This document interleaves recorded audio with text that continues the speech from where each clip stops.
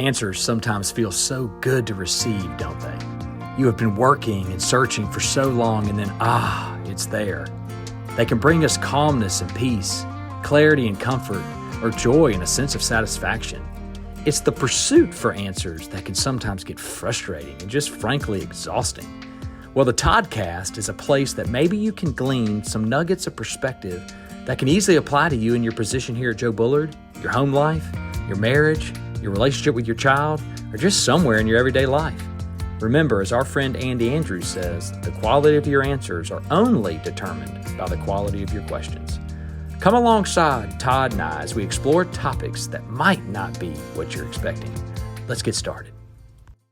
Welcome back to the Toddcast, guys. It's great to have you again. Once again, we have Todd with us, who brings us just tons of nuggets of wisdom and perspective.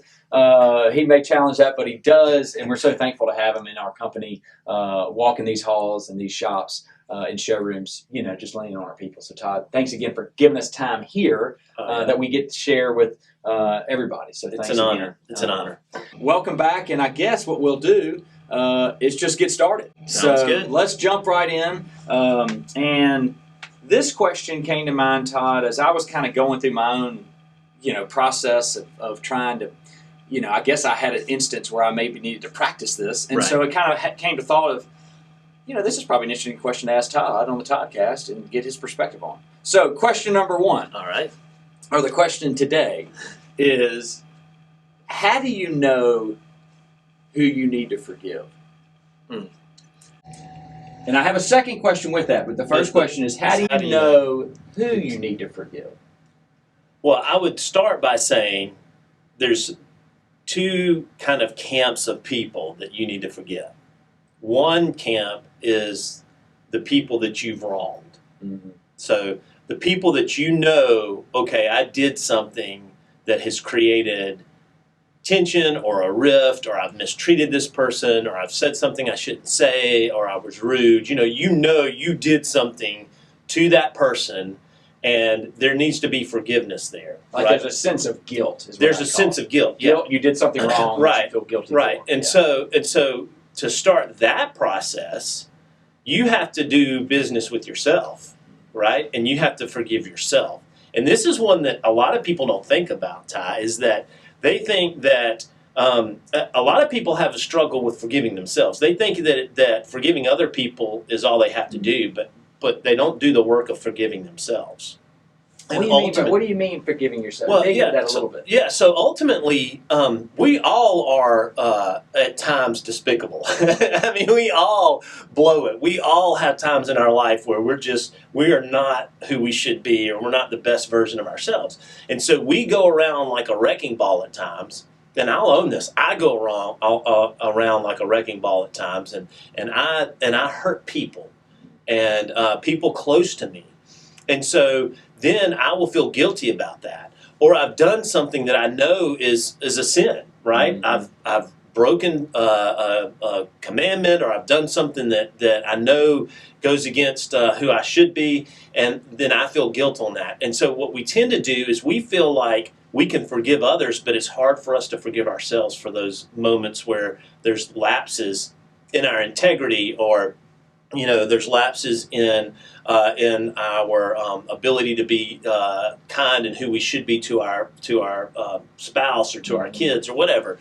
And so the first camp is doing business of who have we wronged, and what do I need to do to forgive myself? Which I would say is kind of the obvious one, a little more of the obvious camp. Yes. Is that right? Right. Okay. Yeah, it can be, but I think a lot of people struggle with forgiving themselves. I mean, I've told people before, do you believe that God forgives you for everything? And they'll say yes, and then I will ask them, well, why haven't you forgiven yourself? Are you more important than God? Because a lot of people are carrying around self-guilt, and they've not forgiven themselves. So that's the first one. So it is obvious, but sometimes it's the hardest one to do, is to forgive yourself, right? And so and forgiving others for something you did wrong, to me, is the obvious, who I need to forgive. If that makes sense. Right. Yeah, the self one is the hidden one a little more, because I think when I think about my own environment, my own upbringing, and my own world, I felt like I came up in a world where how do I put this? Like, I couldn't do, like, I shouldn't do wrong. Like, I'm Yeah. a little more, like, not human.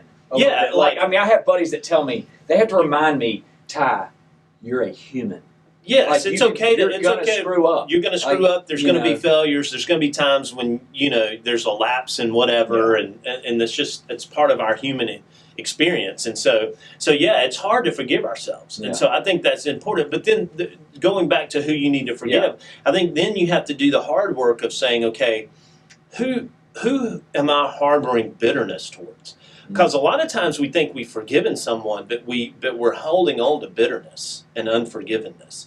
So we do the real surface level. Oh yeah, I've forgiven them, but we really haven't deep down done the business of cutting that loose. And it's like a ball of tangled string, and you're trying to pull it, and you're trying to figure out how do I get this untangled. And you just keep pulling and keep pulling. You can't like that freaking hose you're trying to roll. Yeah, up. right. It's all twisted, and you're having to turn it back this way and all that. And that's kind of how our sometimes our emotions are. And when it comes to forgiving someone, we have to do the hard work of untangling. Okay, what am I really holding on to here? So they did this or said this or acted this way towards me or whatever, but what else is there?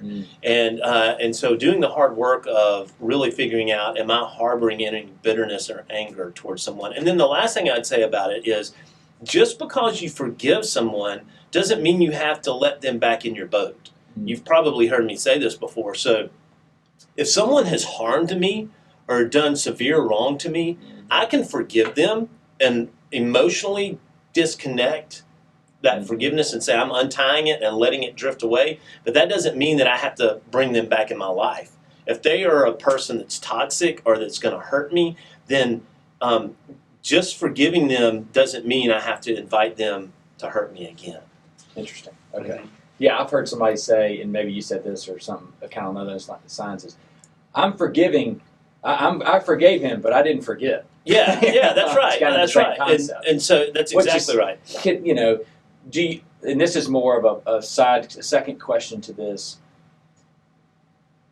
Part of the toughness of forgiveness is kind of, to me, do you believe once you've truly forgiven, it's over, or is it something you have to repeat over and over? Speak to that.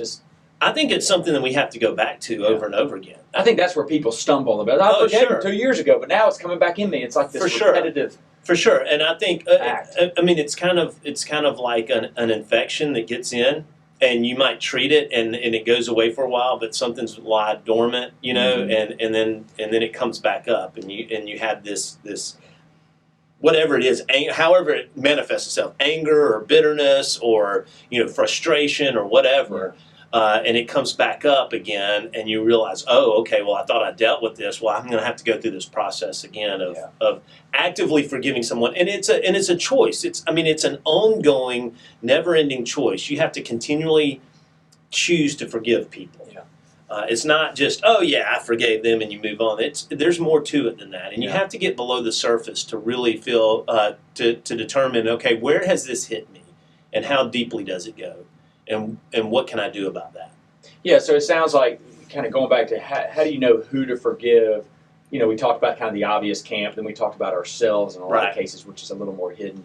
And now we've kind of gone to,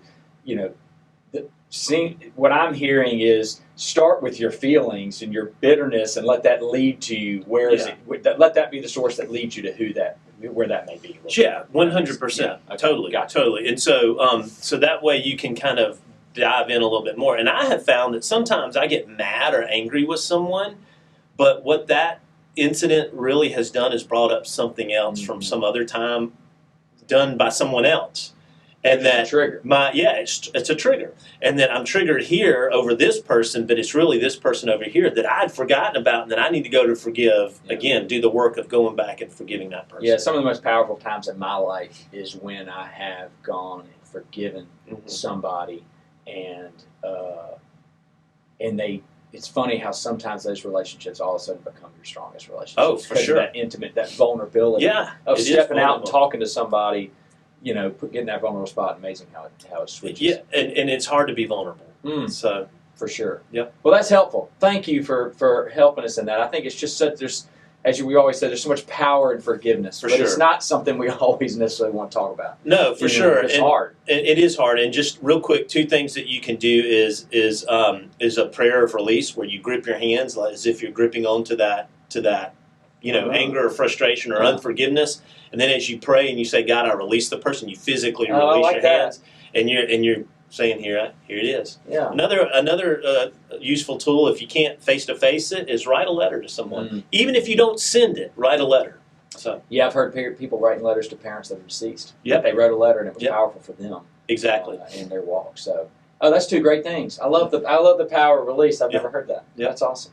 Todd, thanks so much. Sure. Thank you for that nuggets of wisdom in helping us become better people and more whole people. So thank you for doing that. Guys, till next time, we'll see you next time.